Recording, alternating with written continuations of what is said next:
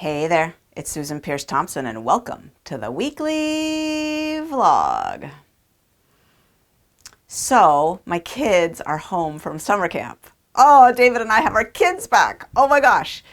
We're excited. It's wonderful. I've been spending the last few days helping them unpack and doing all the laundry and then folding all the clothes with them and then like going, wait, let's not put these back into these dressers that have all of these clothes that you don't need for school, right? Let's go through them and just getting clothes that are too small purged out of their closets and given to Goodwill. And it's just wonderful to have them back. Really, really sweet times hanging out with the kiddos. And I want to rewind now about a week. As I was facing the kids coming home from summer camp. So my kids go to summer camp for the summer, which they love. And I was a summer camp kid too. I had the blessing of going to sleepaway camp for like 6 weeks during the summer. And they were the happiest times of my life. I mean, I was so well and happy and thriving and alive and connected at summer camp, and my kids feel the same way. And it's such a blessing to watch them go and enjoy themselves and come home even more clear in their identity and responsible and responsive and connected, and they don't have their phones all summer at camp and they get to just be with human beings. And of course, it's great for me and David to get some time together, some time alone, just some grown-up time, some time to prepare for what it's going to be like not that long now, when we're empty nesters. So about a week ago, I was facing, oh my gosh, it's 4 days now, it's 3 days now, it's 2 days now till the kids come home from camp. And I was like, oh no, I haven't really settled into my routine. I expected to be so much more steady, grounded in a rhythm. Like, how am I not in my best rhythm? I've had all this time on my hands without my kids here.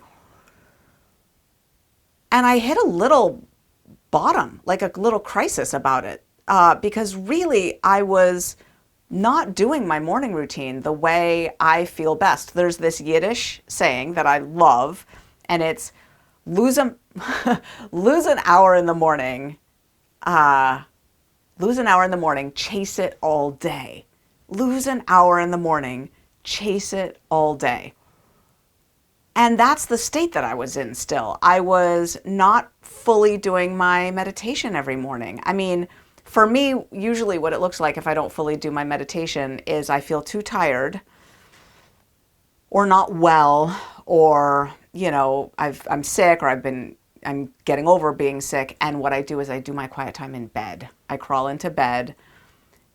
back into bed. Let's be clear, crawl back into bed, set a timer for 30 minutes. I do 30 minutes of meditation and start it lying on my back in bed, and I fall asleep. So it's kind of like I'm going to go meditate, wink, wink. And to be honest, that's fine sometimes. I mean, I remember when I had COVID for stretches of time, and it was absolutely how I needed to do it. We talk about a floor and a ceiling when it comes to habit stacks.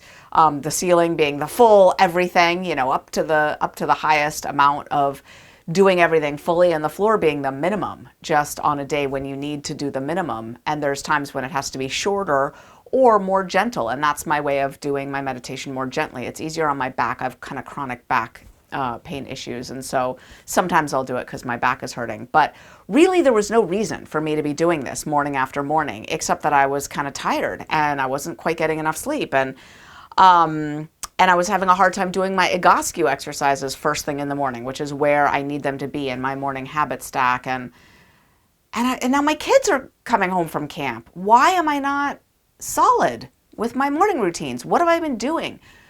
So I sat down and I took an inventory. And what became really clear is I wasn't getting to bed on time. I wasn't getting to bed early. And so I wasn't getting quite enough sleep. So the mornings would come around and I would feel like I just needed a little bit more sleep. So I would crawl into bed and meditate in bed. And then I would kind of not want to do my Egoscue exercises then. So I'd make them up later in the day. But then having that, you need to do your exercises, you need to do your exercises in my head all day long is not a nice way to live a day. And I wasn't I wasn't on my game. And I realized it's because I had a part of me that was so reveling in having evenings with David and by myself if he was out doing something else, like just these evenings. And I was getting caught up in doing things and I was going to bed too late. And what I realized is I need that kind of manager part of me, that taskmaster manager part of me to get on my case again, to get to bed early. That getting to bed early for me actually at this phase in my recovery is usually the linchpin thing.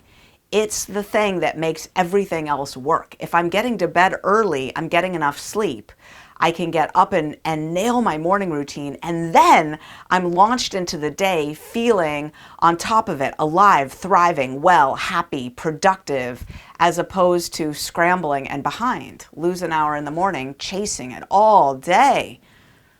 So I started getting to bed on time and nailed it for a couple days in a row. My kids came home. I couldn't be happier. So I just thought I'd pass that along for those of you who are wherever you're at in your journey. For me, getting to bed early really is the linchpin. And that's the weekly vlog. I'll see you next week.